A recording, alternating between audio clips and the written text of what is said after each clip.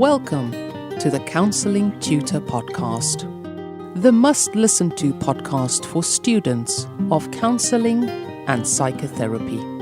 Here are your hosts, Rory Lees-Oakes and Ken Kelly.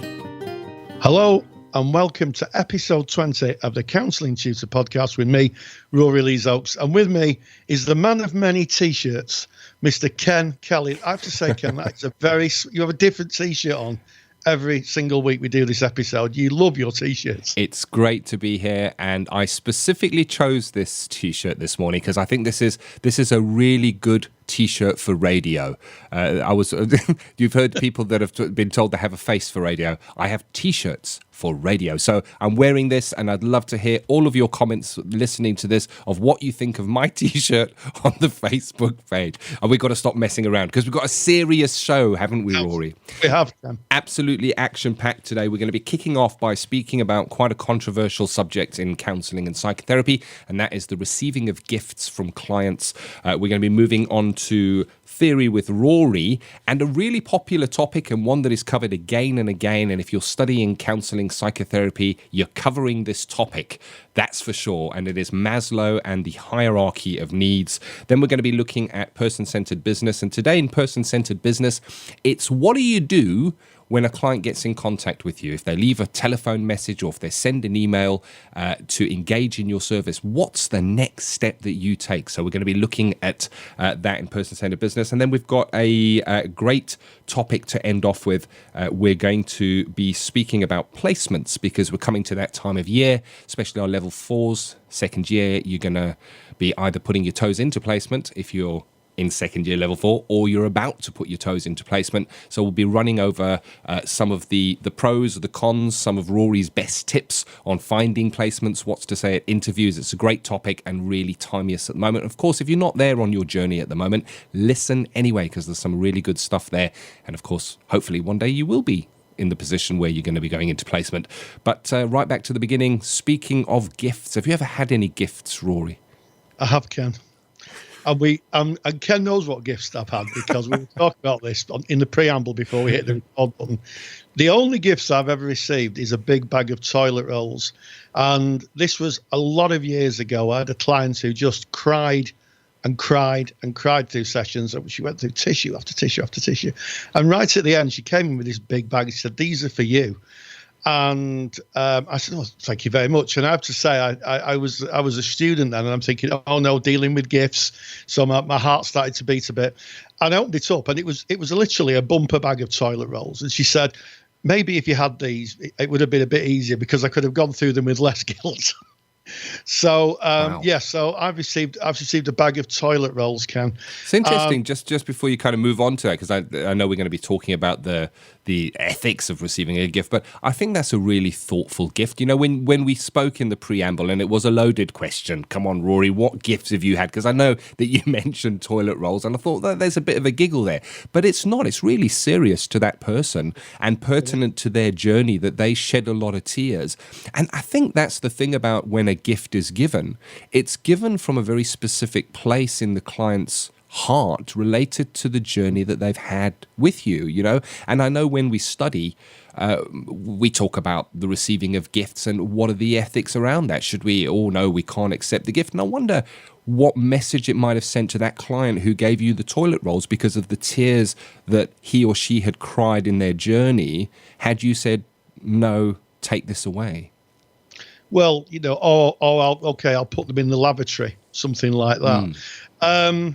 Yeah, you make an important point, Ken, and it was symbolic. Lots of gifts at the end of therapy, when a client gives you something, they're giving you a metaphor, something that is significant about their journey with you, and it's not to be underestimated. It's certainly one to take to supervision, and also it's about how you receive the gift. Now, we're going to be talking about gifts that we cannot receive. You know, there are some times where clients give us gifts where it's a bit inappropriate. So we always, no matter what the gift is, we always work with a big heart and empathy and congruence and be thoughtful of how we work with the clients. But there are some things that we can't accept. And what we have to do is be very thoughtful. So I'm going to give you just a few tips on gifting. Share some tips on gifting. Now, my view of it is that, as Ken has rightly said, if someone shares a gift with you, they're sharing a significant part of their journey. It forms part of the ending in counselling. So to dismiss it means that they've not got a satisfactory ending. The gifts are, if someone does gift, means something. They're giving part of themselves to you. So with the toilet rolls, I was very kind. I said, thank you very much. It's very kind of you. And we talked about the tears at the beginning, and we kind of revisited a little bit of that and how different she was from the first time we met, because the first time she met, she did nothing but cry. And what happened then is when she left, when she got out of the building, I went and we had a gift book. So here's the first thing. In a lot of practices, if they're run along the lines of social services, there's a gifting book. And what you do is you write in what you've received. And in those cases, what I did is I said, well, I think that I'll gift them to the organisation. Believe it or not, I do have toilet rolls at home. So I thought I'd gift them to the organisation. So we gifted them. And they became part of the organisation. But what do you think about gifts that are a bit more personal, Ken? Someone brings a piece of jewellery in. Somebody brings something that's just a bit more personal, something that's not easily shared. What are your views on that? It's tricky, isn't it? And it's tricky, and I guess it's about weighing it up within the relationship, knowing the relationship you have, looking at how deep into this relationship this gift is coming to you. So on your second meeting, if the client is coming in with some kind of a gift, I would be questioning that irrespective of what that gift might be. But certainly if something is personal, we need to remember that the counselling relationship is a very personal place to be. It's a very close relationship, and some people coming into that relationship may never have experienced that kind of closeness in their life before, and it's very easy to misconstrue that, to maybe feel a romantic inclination towards the counsellor, and you learn about this in your studies. So it's about measuring what you're receiving from a client based on how you feel within the relationship and what your gut feel is in that. I certainly, on high value items, and it's interesting because we could go on into a story about high value items in a moment, but on high value items, I would start questioning my ability to be able to take those gifts, and specifically things that are personal, even flowers, scented candles. And I know that they could be for the room, but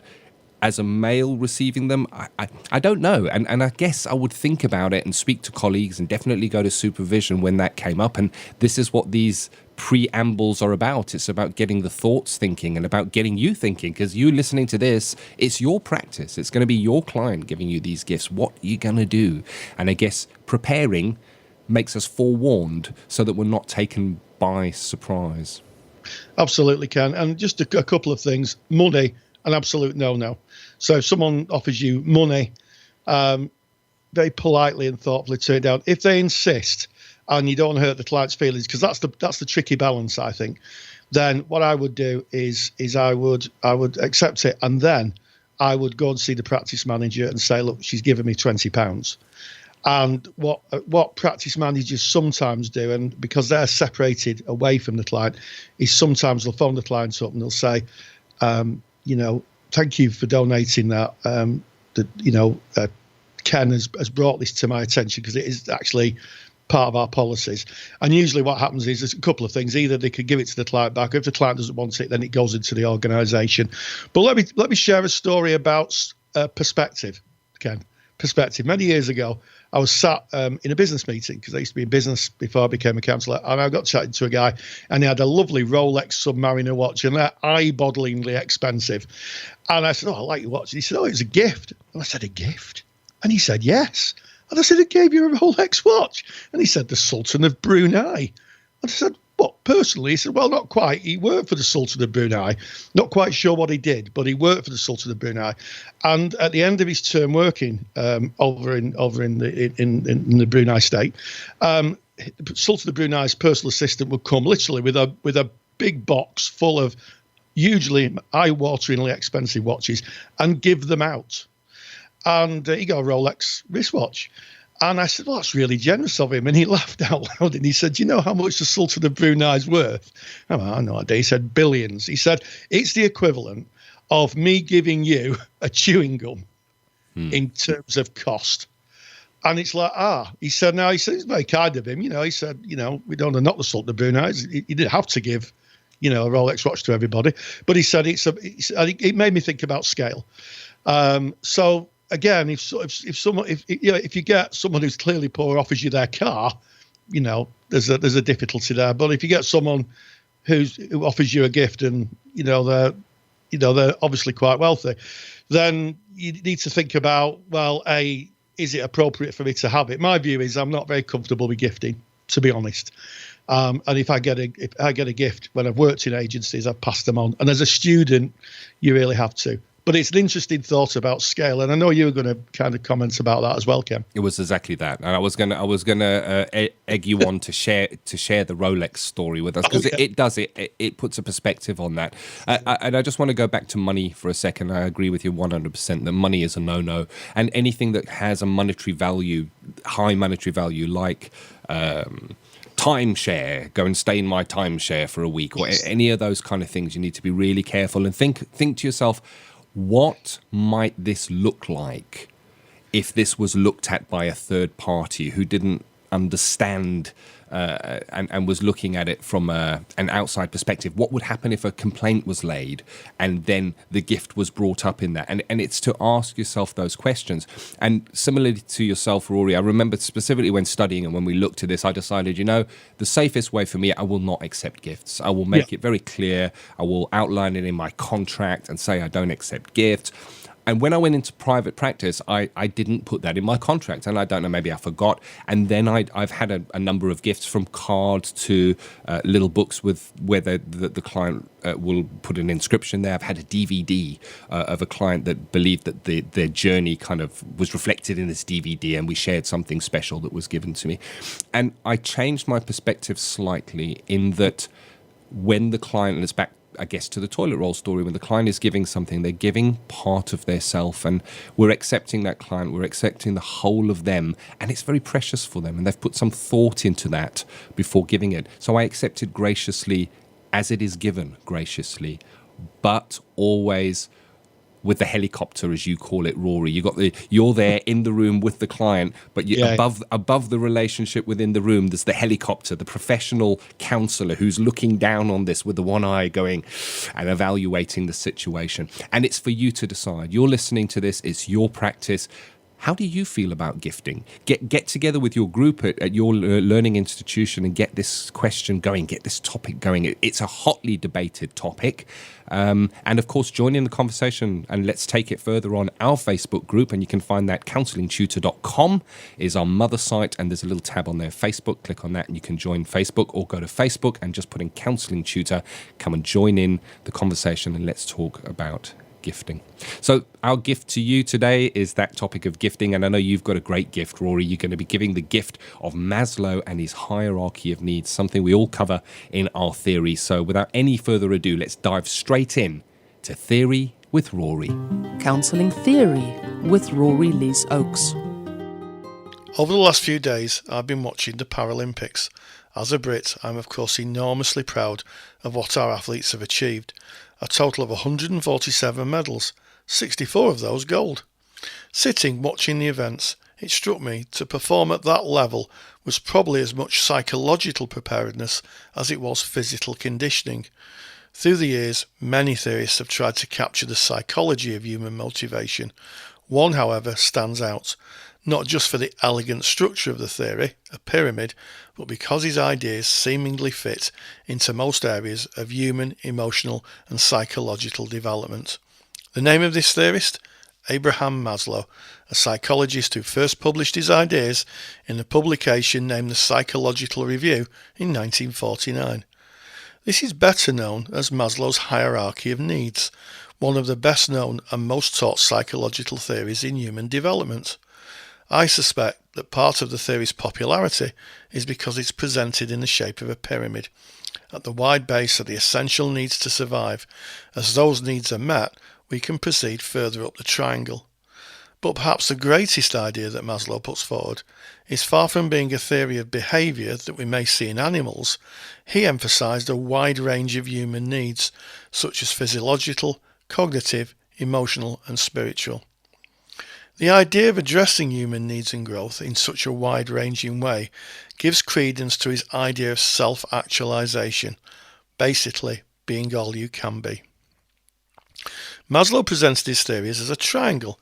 At the base are biological and physiological needs, things like breathing, water, food, sleep, shelter, excretion, sex, and sustaining comfortable temperatures. Next is safety and security. That's security of body, of health, of morality, and also others, safety and security needs. Then we go to love and belonging needs, relationships with others, family, friendships, maybe work relationships, sexual intimacy, maybe having a companion such as a pet. And then 4 is esteem needs, self-esteem, respect of and for others, respect by and from others, confidence, independence, achievement and prestige.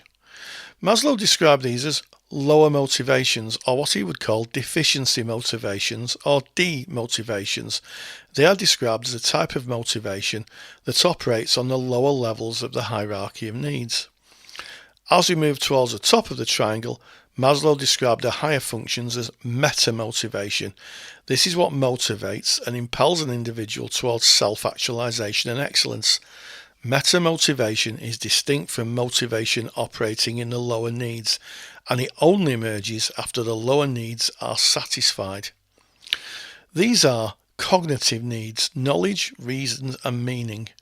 Aesthetic needs, appreciation and search for beauty, balance, form, structure and life expression. Maybe liking art or appreciating music. And then finally, at the top of the pyramid, self-actualization, being moral, creative, spontaneous, being able to problem solve, realizing your own potential, seeking personal growth, experiencing what Maslow described as peak experiences, being tolerant, having a lack of prejudice, accepting of the facts and, crucially, willingness to be wrong and change your mind when new information is encountered. It's also sometimes referred to as transcendence, which is helping others achieve self-actualization, and would also include success of your children, hoping that they would have some kind of legacy, that you would leave a legacy, and memories that can live on long after you've gone. Maslow also believed that a psychological condition inherent in human beings that sabotages their dreams of greatness and relegates them to conform, in his words, being mediocre.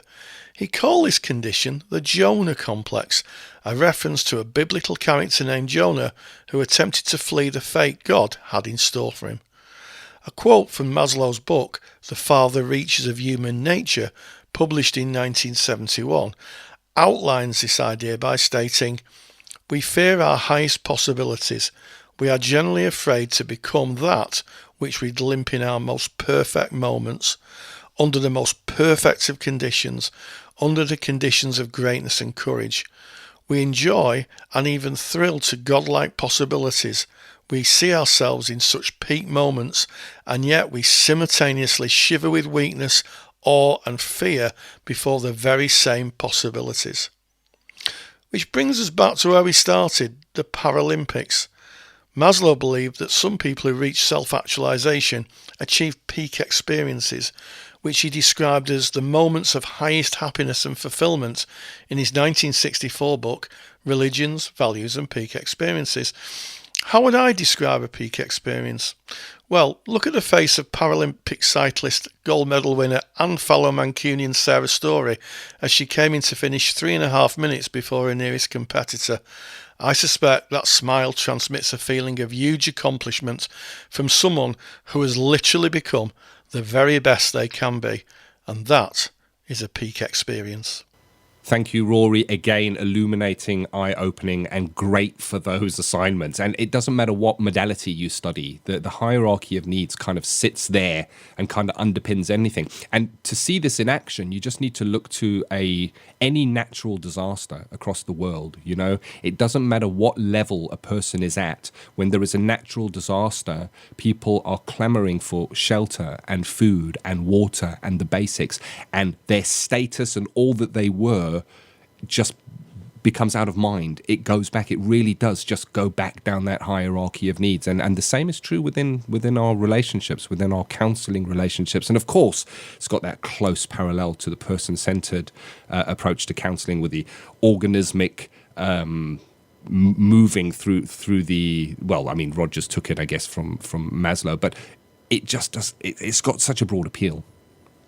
Absolutely, Ken. And you're absolutely right. You know, when that bottom part of the pyramid falls away, everything else crashes down on top of it.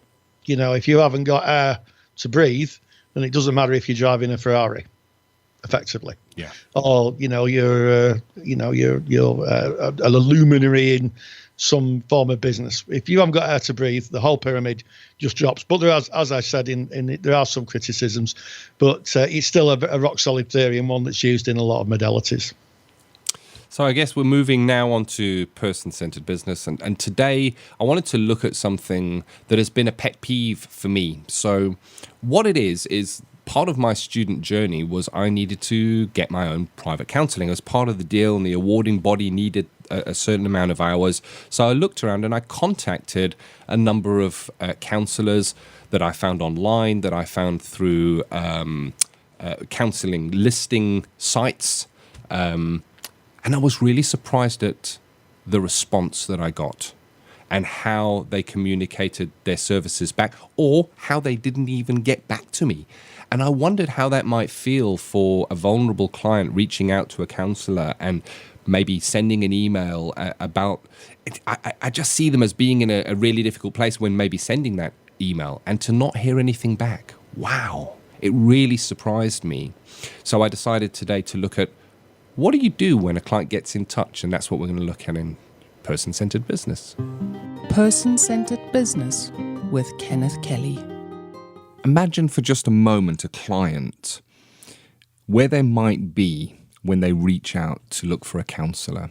So often a person is at the end of their tether. They're at that point where they feel that they just can't go on. Maybe they feel a failure. Maybe they feel, you know what, I can't make this on my own. I have to reach out.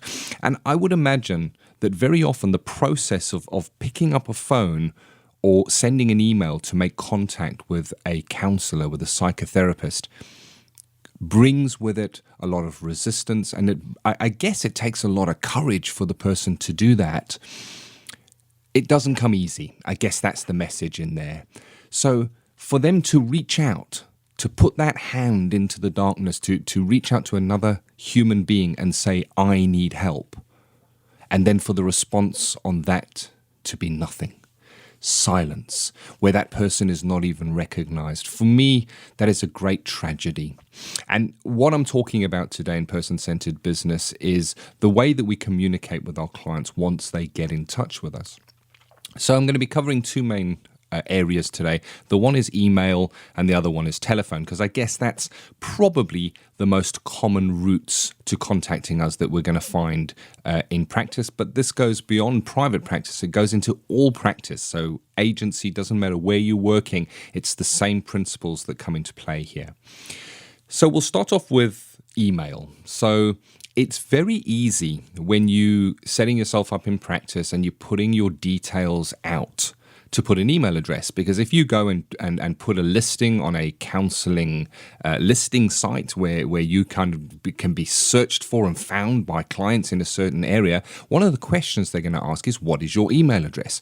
And it's worth having a think. How often do you check your email? Is email a primary method of communication for you? So it's worth being considerate of the details that you're putting out there in the first place.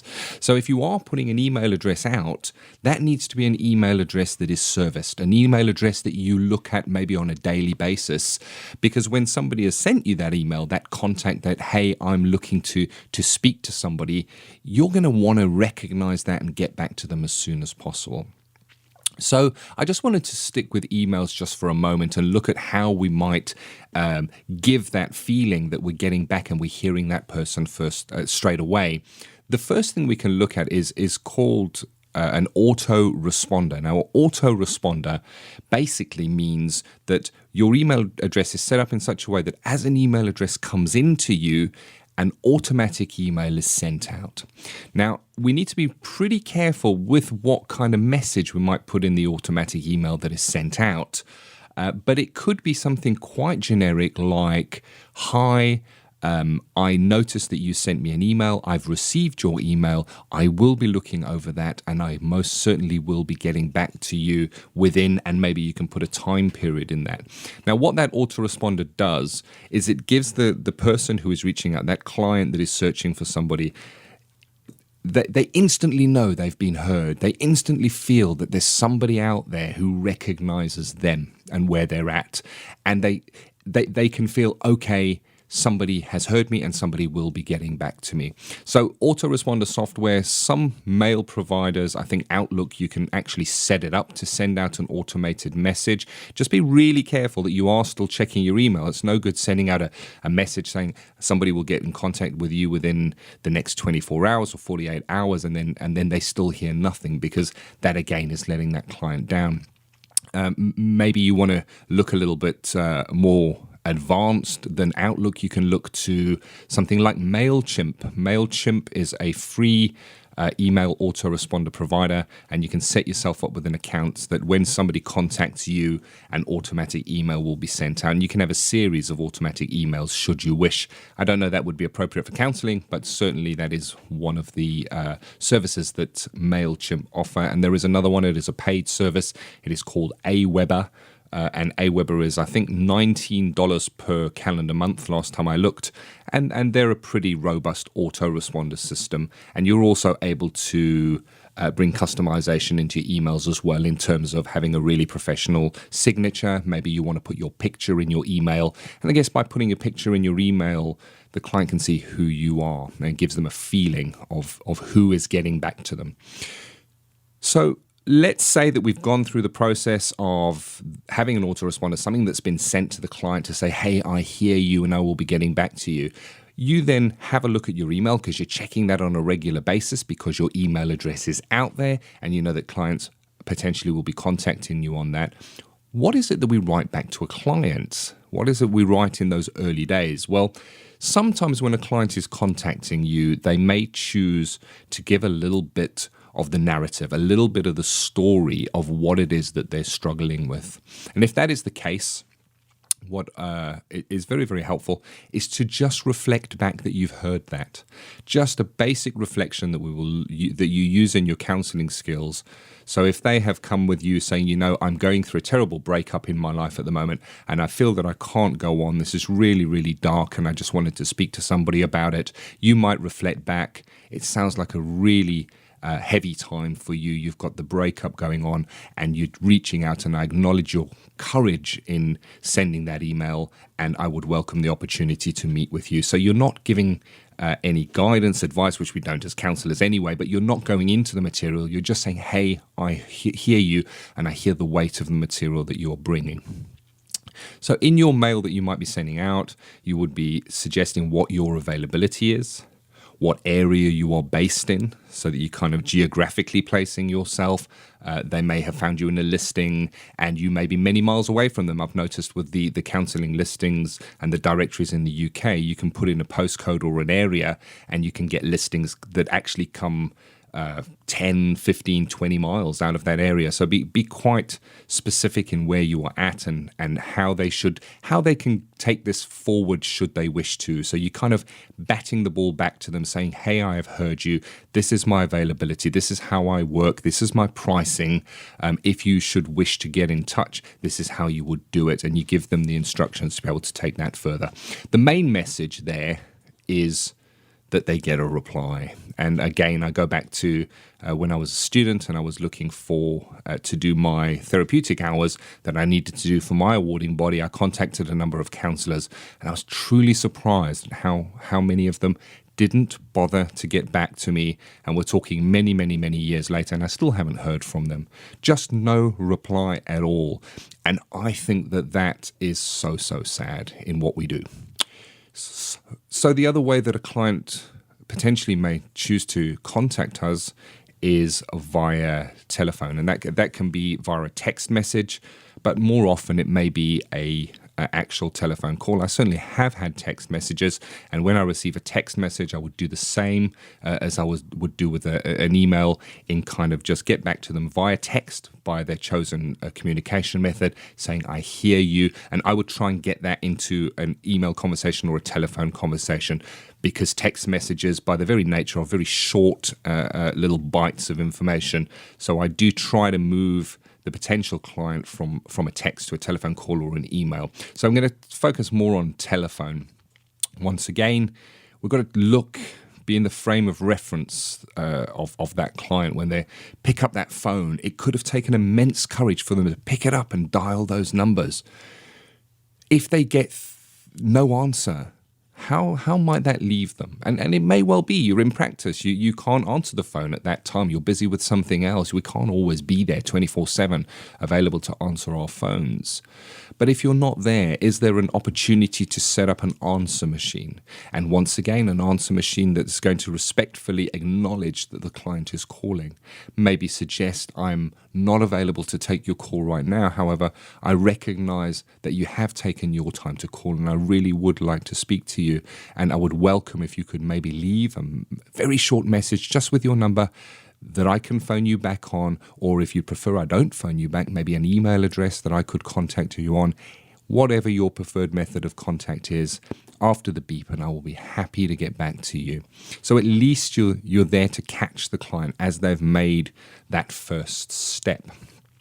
Once again, of course, once you have them on the telephone, you would pretty much do the same as you would in an email. It may well be that when you speak to the client on the phone, they say, the reason I want to come and see you is, and they start giving you a little bit of material. It's not appropriate for us to work with that material, to go into any depth of that material, but we can certainly reflect back that we've heard what they are saying. We recognize the weight of that they're carrying, and that we would welcome the opportunity to have a chat with them and meet with them at a time and on a date. And of course, then you would look to your practice or your agency and look what is suitable for both of you. So there you go, a little bit about what to do after a client is looking to get into contact with you. And the main message there is we need to be there from the very first time that client tries to contact us. Even if they don't get through, even if it's to an answer machine, the relationship has started, and the client is going to value and view that relationship based on those very early connection points. So it's worth taking some time to have a think within your practice. How do you manage communications?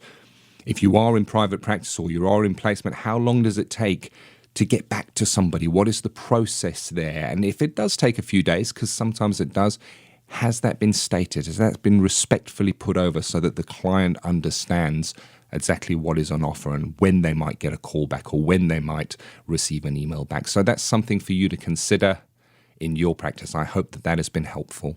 Just listening to that makes me realise just how important it is. And of course, if you're a student, almost certainly your practice will give you the phone number of the client. So it's really important that when you're phoning the client from the practice's phone, never use your own, that you keep in contact, make contact. And you're absolutely right. Everything we do is in service of the client, Ken. And that initial contact, that initial voice on the phone where you're saying, yes, come and see me. Maybe we can help. So important. And it's just the beginning of the journey. Get that wrong, and you're going to leave someone in a world of upset, sadness, disappointment. So really, really useful, Ken. Indeed. And moving on now to an interesting topic and a bit of a debate here, a chat between yourself and myself, Rory. We're going to be speaking about placements. Is this that time of year, I guess. Some of you are in placement, some of you may be looking for placement, some of you may be panicking because you haven't been able to find a placement. So all things placement, and only in this last week, I was speaking to a learner who went and found themselves a placement, Rory. Boy, were they happy they'd found a placement, only to find that when they actually started really taking the steps into that placement, that it really didn't feel that it fitted for them. They felt out of place. They didn't feel it was respectful to their learning and supported of their learning, and all. It was like the rug had been pulled from under their feet, and they had to now go out and look again for a placement. So placements can be bittersweet. They can have disappointment attached to them, and I can remember my days of going out, and my very first placement, which I actually fired before I started there. But I remember going in and looking at the counselling room that had been provided, and it didn't look like it was described in the textbooks how a counselling room should be. And that's often the reality, that we get out there and it's not like it's written in the textbook, and it's not like it's discussed the ideal counselling room that we should be working in, or the ideal organisation. How can we manage those expectations and still be respectful to our own practice and to our and of course to our clients? Absolutely, Ken. And I think we have to be really realistic here. We're living in the UK in what has been termed the age of austerity, and charities who traditionally here in the UK offer placements to counsellors are getting less and less funding from our government at this point. So, they're struggling to keep going. They're wanting more donations. They're trying to, generate their own income, and some of them are finding it really tough. So, yes, these ideal environments that we see in counselling books and on films and things like that, maybe they're not going to be most ideal. I mean, I'm not talking about things here that are totally wrong, like counselling someone in a corridor or a glass panelled room. But maybe it's not a plush, luxurious Harley Street setting, shall we say. And finding placements. I'm going to share a little story with you, which is absolutely true. Many years ago, I was in a placement I worked at, which had a cafe underneath. And I was sat having my lunch, and someone walked in and spoke to a member of staff and said, "Have you got any counselling placements?" And the person said, "No." And they went. And what was slightly amusing about that was the person he spoke to was the cleaner. Wow. And not only that, it wasn't the cleaner who was employed by the organisation. So it was someone who was employed by the organisation, but not a member of staff. What I'm getting to, they spoke to the wrong person, Ken. And when you do your placements, and here's a real tip for you. If you're on a level 3 course and you really want to be a counsellor, my advice would be start looking now. Start finding out, start scoping out who you'd want to work with. Start making a list. Do some volunteering. Get to know the organisation. Volunteering is the lubricant that oils the wheels of society anyway. I volunteered for years and years and years. It really is a really important function in society. And if you do that, you're going to get a real handle on the organisations you're in contact with and working with. So that's the first tip. Start early. Don't wait until you're virtually in your second year of your course to find a placement. Start looking at placements now. Start doing that in the level 3 year, in the skills year. Start doing that year. Or if you're doing a 3-year degree, in the first year of your degree, go out and do some volunteering. You're not going to be counselling, but you might be doing some really important stuff. I started doing in my placement when I started, Ken. Can you guess? Was it making tea, Rory? Yeah. See, we're starting to find out now where this love of tea comes from. It's from that very first placement, isn't it? Yeah, I went into my placement and I thought, I'm going to make the best tea ever. Because at the time, and I'll be really honest, that's all I could do. I came from the commercial world. I never worked in the world of counselling and psychotherapy. So I went and thought, I make the best tea ever. And the nice thing about starting at the bottom with a brush, do a bit of that, is because you meet everybody. You meet absolutely everybody. And those are going to be your contacts. And you're through the years, trust me on this, you will meet them again doing different jobs. Yeah. They become your colleagues and your support circle, very much so. And that goes for everyone that you come into contact with, including the people that you're studying with right now. So it's worth really cementing those foundations. And I agree with you, Rory. You go in and you offer your service to any organization. They love having people in to do cleaning, to make tea, to do those kind of tasks that I guess they're too busy to do. And when they're looking for somebody to go into placement, if you're already there, you've got your foot in the door. It's kind of a no-brainer. You're going to be sucked up with the vacuum that is created when they need people for their placements. And I guess if I was to bring a tip in here, it would be around be persistent. The organizations that you are contacting sometimes are underfunded. They don't have a lot of money to look at emails and man phones. They're busy and their time is very, very limited. So your email is very easily lost and not opened and not responded to. And that doesn't mean they're not interested in you. Email them again. Ask again. Phone them again. Leave another message if they don't get back to you. And I recall going back and the same thing. I mean, I went and volunteered and I used to phone every single day. And I all the time was promised that a message had been taken and the correct person would get back. And the next day I'd phone and I'd say, well, I haven't heard yet. I wonder if you might leave that message again. And eventually I got the call back and I ended up working for them in paid employment for over 2 years. So persistence is definitely the order of the day here. Absolutely, Ken. So a couple of tips here. First tip is the crucial times in the year. The first time is around about July, August. And the reason for that, if you're applying, is because a lot of people have finished their counselling hours and they're looking to move on. So placements get a little bit concerned, if I could use that word, in that they're going to have a bit of a gap in their provision. So as people come to qualify, which is kind of June, July, August, there'll be people who'll be moving on. So that's the first critical space in the year. Second critical space in the year is going to be November through to January. Now, the reason for that is most courses start in September. You'll do a fitness to practice module. We used to call it boot camp when I taught. And in fact, my friend Bob Cook has just sent me a boot camp thing. He does the same with his. So it's pretty universal. You get a fitness to practice, clinical competencies. And then at that point, you get a fitness to practice letter. And then the agencies work with that cycle. They work with the academic year cycle. So they know that in January, they're going to have people come in with fitness to practice letters ready to go. So that's another aspect of it. The other thing I want to talk about is the interview. If you're going for an interview, almost certainly you'll have a one-to-one interview and a group interview. And the key thing with the one-to-one interview is be yourself. If they ask you a question you don't know, say you don't know. And I've interviewed a lot of people for placements, and I was always impressed with the people who are the wisest who said, I don't know. I don't know.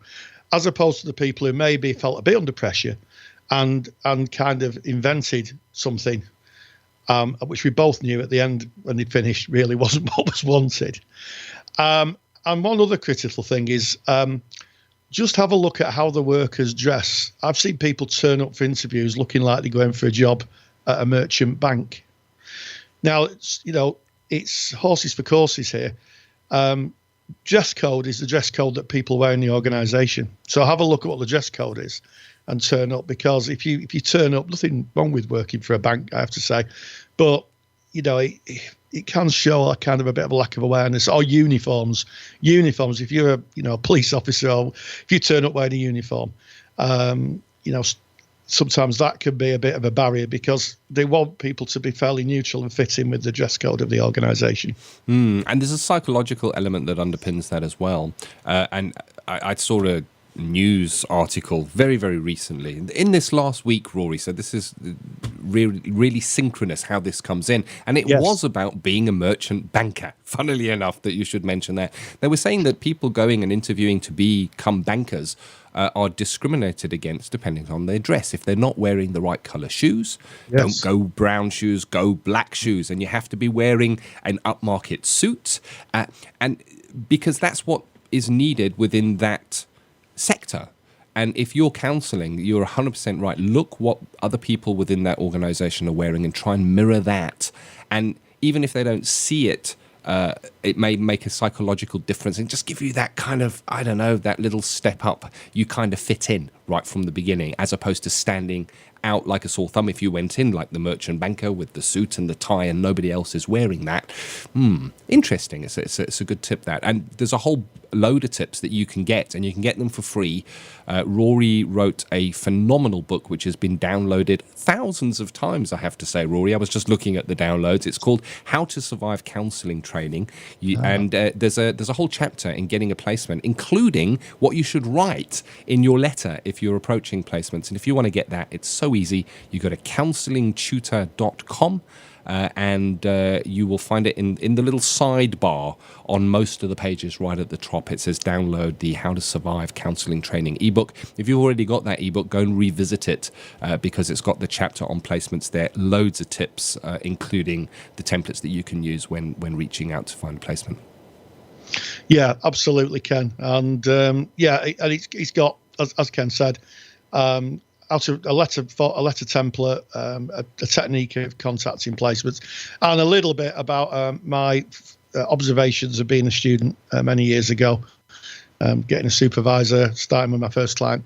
So yeah, it's a good read. I don't know how many times it's been downloaded, but we're very grateful. I'm very grateful that people have taken interest in it. So that kind of brings us to the end of today. We'd love to hear from you. Again, please join us in our Facebook group. Go to Facebook, put in Counselling Tutor. That's us. Just knock on the door. If you're a student of counselling psychotherapy, we will welcome you in. We've got a nice active community of just under 3,000 like-minded counselling students and some professionals as well, some tutors as well. Come and join us. Great discussions that go on there. We'd also love if you could leave us a review on iTunes. You've been so generous with your reviews. We love them. We love reading them. It makes it feel like this is worthwhile doing. And you can do that just by going to the show notes of today's page, which is counsellingtutor.com. Click on the podcast tab. That's where you find a list of all the podcasts. This is episode number 20. Click on that one, and there's a link there that says leave us a review on iTunes. You just click on it, and it's going to take you through. And, of course, you can get all the links mentioned today from that page. It's just been great to be here. Don't forget about our counselling study resource. It's the largest in the world, I guess, resource for students of counselling and psychotherapy, and that's easy to find. You go to counsellingtutor.com. It's on the very front page. You cannot miss it. Go and have a look at that because it really is something useful to underpin your studies. It's basically more of what you're getting right here. It's counselling theory, skills, professional practice, just said in easy to understand ways, I guess. Absolutely. So that's all from us. We're moving on. So as always, stay grounded and stay safe. Take care. Thank you for listening to the Counselling Tutor podcast. Find the show notes for this episode on our website at www.counsellingtutor.com.